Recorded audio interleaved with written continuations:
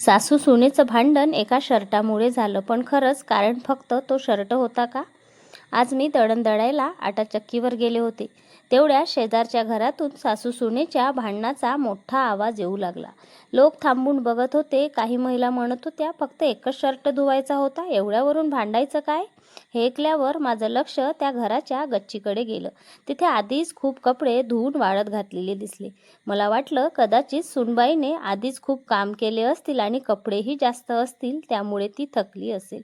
आपलंही ऑफिसमध्ये असंच होतं. आपल्याला काम संपलं असं वाटतं आणि आता आपण घरी निघणार, तेवढ्यात बॉस आणखी एखादी फाईल समोर ठेवतो आणि मग आपल्याला राग येतो. राग तो त्या फाईलचा नसतो, तर तो त्या क्षणाचा, थकव्याचा आणि मनस्थितीचा असतो.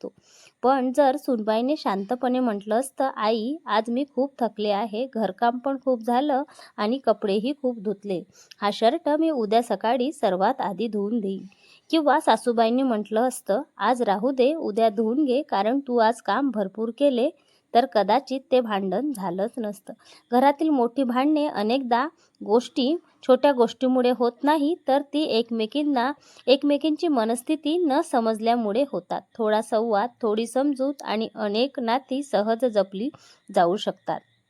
लक्षात ठेवा, घरातील भांडणं अनेकदा एका शर्टामुळे होत नाही, तर ती एकमेकाची मनस्थिती न समजल्यामुळे होऊ शकतात. घर जिंकायचं असेल तर वाद नाही, संवाद जिंकूया.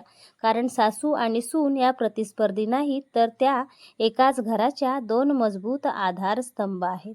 व्हिडिओ आवडल्यास एक लाईक अवश्य करा. चॅनलला सबस्क्राईब करा. धन्यवाद.